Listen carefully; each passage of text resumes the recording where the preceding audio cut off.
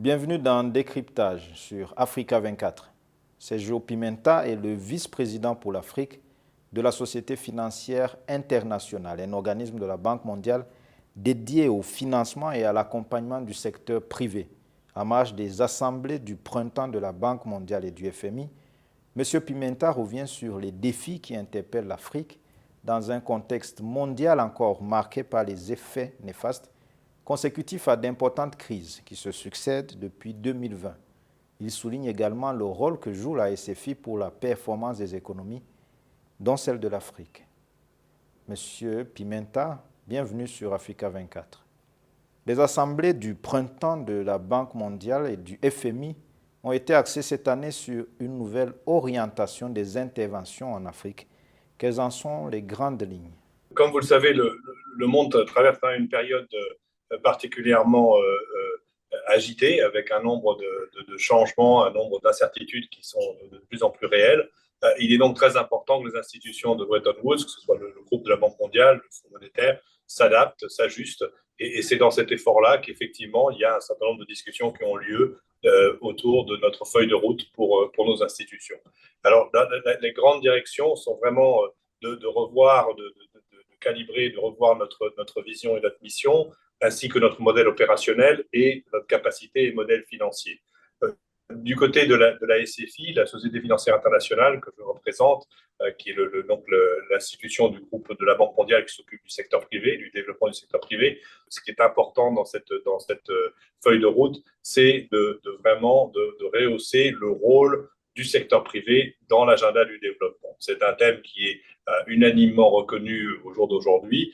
Et donc, nous sommes en train de voir comment nous nous adaptons, nous augmentons nos interventions pour pouvoir mieux servir le développement à travers le secteur privé, à travers les contributions que le secteur privé peut apporter.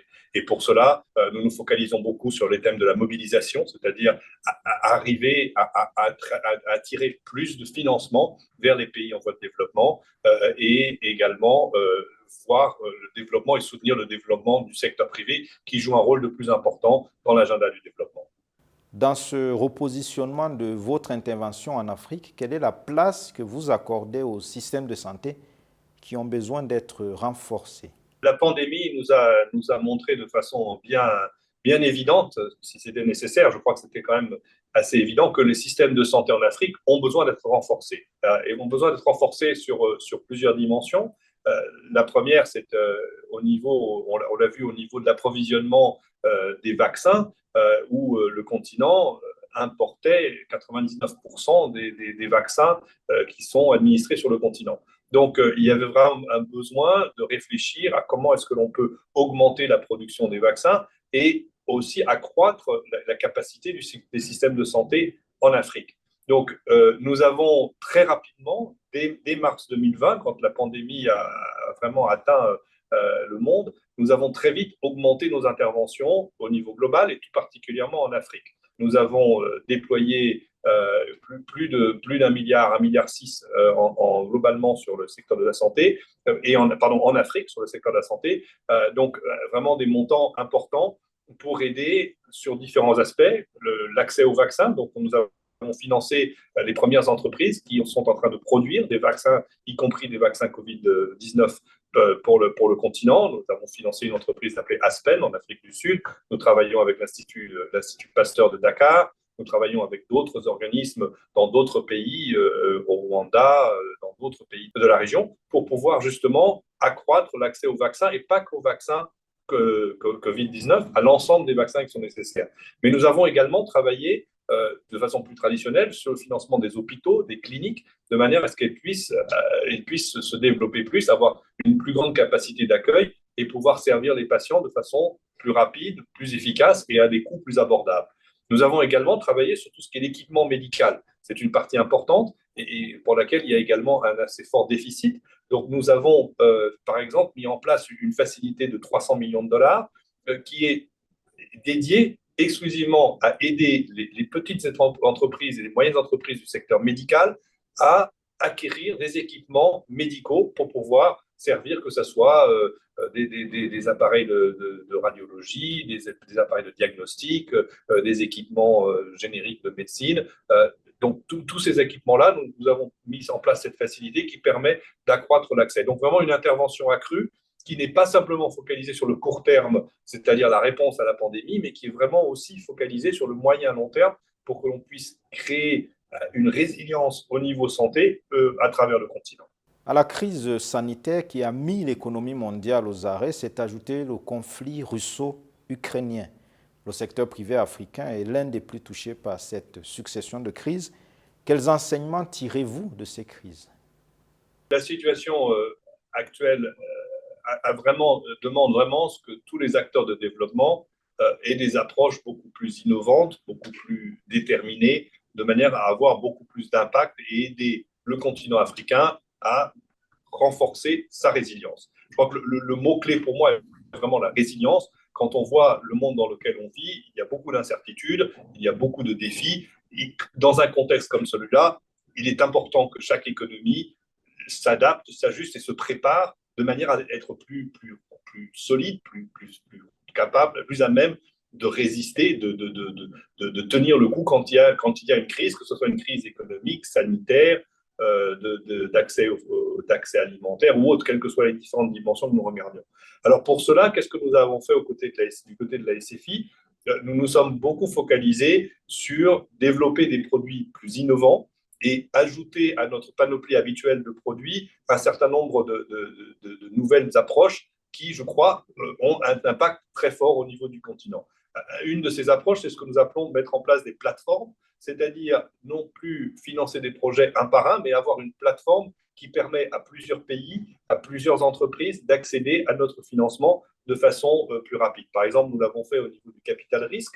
Nous avons mis une enveloppe de 75 millions de dollars pour le continent africain qui va être déployée de façon accélérée, donc avec des procédures simplifiées, et qui va permettre à des petites entreprises du secteur d'avoir justement accès à du capital risque de notre part, qui n'est pas facile à trouver sur les marchés aujourd'hui. Je pense qu'avec ça, avec ce genre d'approche, nous avons pu augmenter assez fortement nos engagements. Nous avons l'année fiscale dernière qui est terminée en juin 2022. Nous avons engagé sur l'Afrique 9,4 milliards de dollars, c'est un montant record. Nous n'avons jamais, dans l'histoire de la SFI, nous n'avions jamais fait un montant aussi élevé. Et nous sommes en cours, nous sommes à quelques mois de la fin de notre année fiscale. Et je pense que nous allons aller encore plus loin cette année à travers ces outils innovants, ces approches plus fortes qui permettent d'avoir des interventions qui ont un impact très fort au niveau du continent.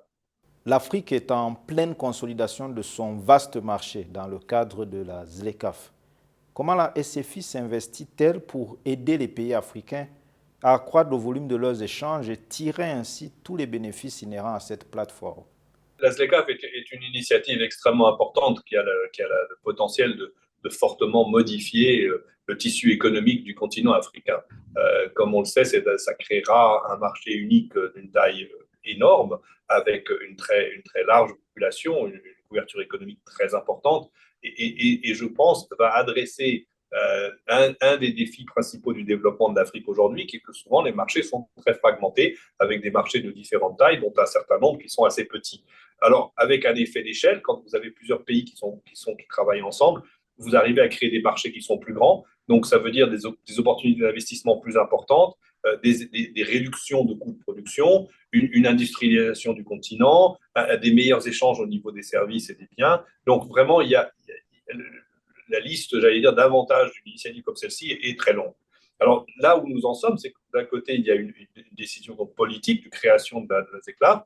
D'un autre côté, les intervenants du secteur privé doivent, au jour d'aujourd'hui, justement saisir cette opportunité et aider à l'accélérer. Nous avons organisé, dans le cadre des réunions de printemps avec nos collègues de la Banque mondiale, justement une séance ici à Washington sur le marché unique africain, sur la ZLECAf, et comment prendre à des avantages, voir les avantages de cette initiative. Et il est très clair qu'il y a un certain nombre de domaines sur lesquels nous devons tous travailler.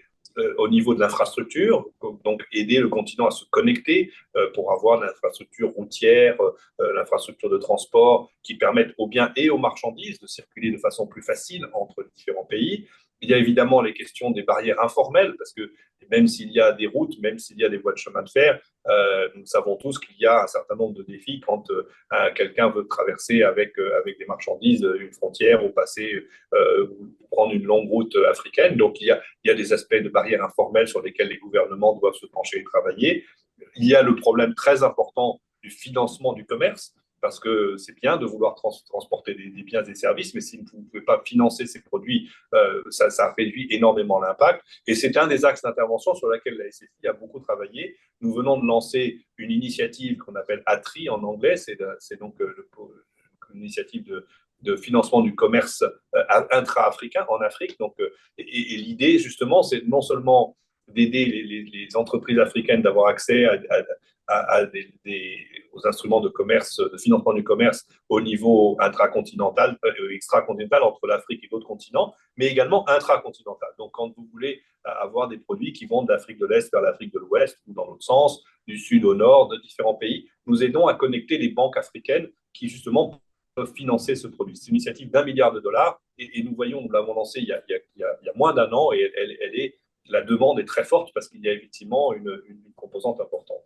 Et donc, je pense que dans ce travail-là, il faut travailler avec le secrétaire général de la CECLAF qui fait un travail très important en termes d'aider à créer cette zone économique, donc cette zone qui va créer de l'emploi, qui va créer des opportunités. Et il est important d'accompagner les entreprises, notamment dans les petits pays, où quand elles voient leurs frontières s'ouvrir, peuvent voir plus de compétitivité, plus de concurrence d'autres entreprises. Donc, c'est important d'aider la capacité des entreprises de manière à ce qu'elles puissent saisir les opportunités que cette zone unique va créer. Donc, c'est vraiment un projet important qui, je pense, va fortement marquer le développement du continent pour les années à venir. Sergio Pimenta, vice-président pour l'Afrique de la Société financière internationale, merci d'avoir répondu aux questions d'Africa 24. Merci aussi à vous de nous avoir suivis et à très bientôt pour une autre édition de Décryptage sur Africa 24.